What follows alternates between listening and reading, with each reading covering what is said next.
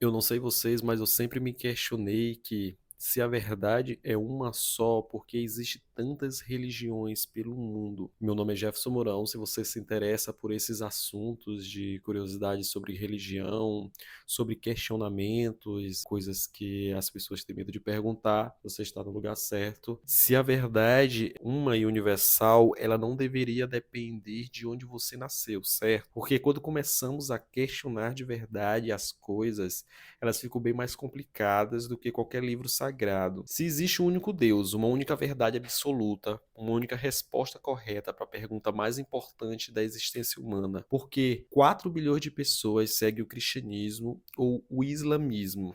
Enquanto outros bilhões seguem o hinduísmo, o budismo, o judaísmo e ainda tem mais de 4.000 religiões catalogadas no mundo. 4.000, cada uma dessas com histórias, seus rituais diferentes, seus caminhos, os caminhos certos, né?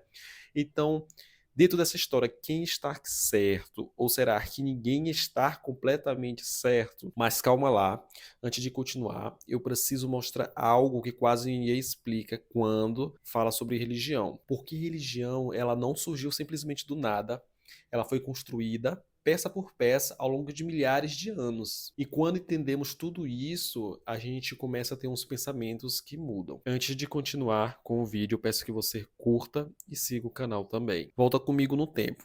Muito antes da Bíblia, antes do Alcorão ou antes de qualquer livro sagrado, estamos falando de 10, 20, 30 mil anos atrás. O ser humano acordava todo dia numa realidade aterrorizante. Relâmpagos cortavam os céus sem aviso, doenças matavam sem explicação, secas destruíam plantações inteiras, e não existia nenhuma ciência para explicar por que que isso acontecia. Agora responde uma coisa: o que você faria se vivesse num mundo assim? Se você não entendesse absolutamente nada do que acontecia à sua volta? É claro que a gente tentaria explicar, né? É o instinto humano. E precisamos de respostas, precisamos que as coisas façam sentido. E foi exatamente aí que nasceram os primeiros deuses. O deus do trovão, do sol, da chuva, da morte.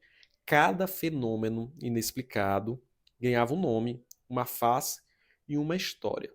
Agora vem um detalhe que cada povo vivia completamente isolado. Nessa época não havia internet, é óbvio, mas também sem estradas, sem comércio, sem continentes, sem nenhum tipo de comunicação com as civilizações distantes. Então o que aconteceu? Cada povo criou uma própria explicação para o universo à sua volta. Os egípcios tinham Ra, o deus do sol, e Osíris, o deus dos mortos. Os gregos tinham Zeus, Poseidon, Apolo. Os mesopotâmios tinham Enil e Marduk. Os povos das Américas tinham os seus, os da África tinham os seus deuses, os da Ásia, outros. Todos acreditavam com total convicção que estavam corretos, que estavam certos. Agora vem uma virada de história.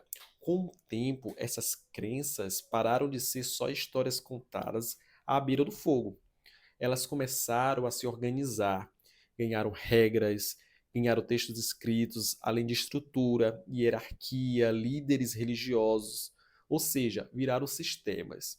E aí que a coisa fica ainda mais interessante, porque religião organizada não é só fé. Religião organizada também é poder. Os líderes, ao longo da história, perceberam muito cedo o que a religião fazia com as pessoas. Ela dava sentido para a vida, medo da punição e esperança de recompensa. E tudo isso controla comportamento de forma muito mais eficiente do que qualquer exército. Veja só, o Império Romano é o exemplo mais claro disso. Durante séculos, né, Roma perseguiu os cristãos e depois, em 313 d.C., o imperador Constantino simplesmente abraçou o cristianismo. O que era uma fé de perseguidos se tornou uma religião oficial do maior império do mundo e se espalhou por continentes inteiros, né? Não é só por fé, é também por estratégia política. Isso não significa que a fé das pessoas não era real. Significa que religião e poder sempre andaram juntos desde sempre. E tem mais uma coisa: as religiões não surgiram em bolhas separadas, elas se influenciaram o tempo todo. Histórias foram adaptadas de uma tradição para outras, ideias foram reaproveitadas e reembaladas. O conceito de um Deus único, o monoteísmo, que está no centro do judaísmo, do cristianismo e até do islamismo, tem raízes que alguns pesquisadores rastreiam até o Egito Antigo, no culto a deus Atem, promovido pelo faraó há mais de 3.000 anos. E o dilúvio da Bíblia, existe uma história quase idêntica na epopeia de Gilgamesh, um texto sumério, que é mais antigo que o próprio Antigo Testamento. O nascimento de figuras sagradas, morte, ressurreição, batalhas entre o bem e o mal. Esses temas aparecem em culturas que nunca tiveram contato entre si. Mas por quê? Porque talvez essas histórias toquem em algo universal, em algo que está no fundo da experiência humana. Cada cultura expressou esse algo do seu jeito. Então volta para a pergunta lá do início, lá do começo do vídeo. Se a verdade é uma, por que existe tantas religiões? Aqui vai a minha leitura e eu quero que você concorde, discorde, debata, mas pensa comigo. Talvez exista tantas religiões porque religião é uma tentativa humana de alcançar algo que está além da sua capacidade.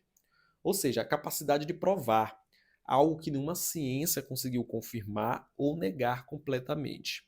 E quando humanos tentam descrever o indescritível, cada cultura, cada época, cada idioma, cada experiência de sofrimento, de alegria, produz uma resposta diferente. Mas isso não significa automaticamente que tudo é invenção, nem que todas as respostas valem igual. Significa que a busca passou e continua passando por muitos caminhos. Agora eu preciso te fazer uma pergunta que eu acho que é a mais importante desse vídeo inteiro. Não é sobre a religião certa, qual a religião certa, sobre você. Você acredita no que acredita porque realmente parou, pesquisou, questionou e comparou, ou porque você nasceu dentro disso? Porque a estatística é brutal. A maioria absoluta das pessoas no mundo pratica a religião do país em que nasceu. Se você nasceu no Brasil, é bem provável que seja cristão. Se nasceu no Irã, provavelmente será muçulmano. Se nasceu na Índia, hindu. Isso não é uma crítica à fé de ninguém, é só uma observação honesta. Se a verdade é uma e universal, ela não deveria depender de onde você nasceu, certo? Então, esse vídeo aqui é para te fazer um convite de pensar, de questionar, de entender de onde vêm as coisas que você acredita. Porque fé que não suporta perguntas talvez não seja tão sólida quanto parece. E fé que sobrevive a perguntas fica muito mais profunda depois delas. No fim das contas, talvez a pergunta não seja qual a religião está correta, mas sim você realmente sabe o que acredita e por que você acredita? Se esse vídeo te fez pensar diferente, se inscreve no canal, porque aqui a gente não entrega respostas prontas. A gente faz as perguntas que ninguém quer fazer. Até a próxima. Muito obrigado.